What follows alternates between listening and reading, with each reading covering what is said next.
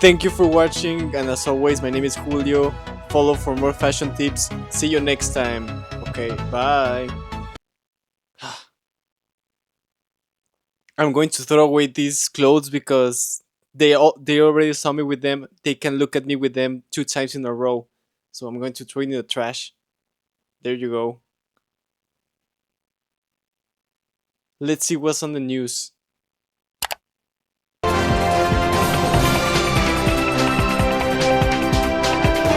Welcome, how are you doing? Welcome to our weekly news. Today we have a special guest. We're going to be learning about the effects of fast fashion that has in our planet and what conditions the workers are on. This is a very important topic because they are planning to build a new factory next door here in Monterrey. So be careful. Let's see what they have to say about this topic. The fashion industry has always been known for being an unethical business. However, in this century, all these practices have been more specific given the severity of the current situation. But what is fast fashion?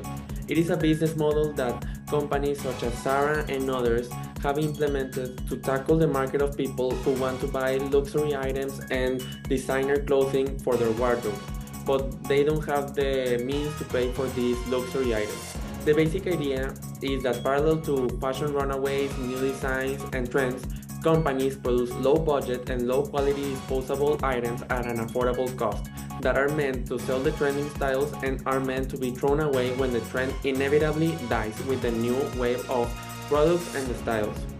It is based on the constant production of new items in order to make people change their wardrobe constantly.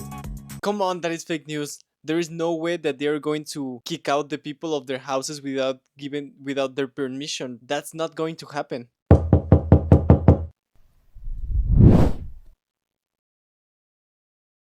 Dear resident, we're sorry to inform you that we're going to have to relocate you because they are going to demolish the building to build a new Temu factory. Huh? This type of behavior in the industry is not new. This started with the beginning of the industrialization in 1760, since this revolutionary advance on the industry allowed increasing massive productions but also excessive work hours as long as the country achieved the required production to boost the economy. From that moment on, children were used for their parents' support to complete family income. They worked on mines and industrial factories mostly around 12 hours, which was the same as adults for a minimum wage. Something that reflects the spirit of the capitalism. As an anthropologist, Federici said this model has been the system that creates more profits from the human body than anything else by taking advantage of poorer countries, which have lower wages and more precarious working environments.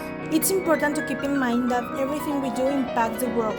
If we have a practice of buying clothes seasonally, we must think about all the people who are exploited for their labor to generate thousands and billions of garments like the ones we have in our wardrobes, as well as the huge amount of waste we generate with the constant change of our clothing. Therefore, it's preferable that we gradually become aware of the harm these practices cause and begin to look for options where we can make the most of all those garments that are usually worn a few times, such as donating them, making them, or reworking them to our style, or exploiting a new one, or even checking out stores that collect used clothing in exchange for discount coupons.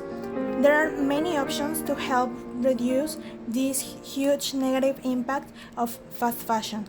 It just requires us to be conscious and creative. Moreover, something really surprising is that the fashion industry employs 75 million factory workers worldwide, but only 2% of them receive a livable wage. But the most shocking aspect of this data is that even in this era of social progress, 80% of these workers are women, and they face an additional daily challenge: gender discrimination. Each of these women is a victim of verbal and physical abuse, sexual harassment, and coercion in unregulated factories. It seems we're still where we were at the beginning, when women were still categorized as sexual objects rather than people. This is why we must pay attention to how women are treated in their homes, since they are the ones who, in addition to working, take care of the home and their families without receiving any form of remuneration. On the other hand, the continuous change of clothes following the trends causes a huge amount of waste that has a major impact on the communities near where clothes are made. In countries like China, Bangladesh, Vietnam, India, and Turkey, factories dump toxic wastewater full of chemicals and dyes into rivers, polluting drinking water and farmland. And even washing synthetic fabrics releases microplastics into oceans and rivers, which hurts marine life and may even reach our food.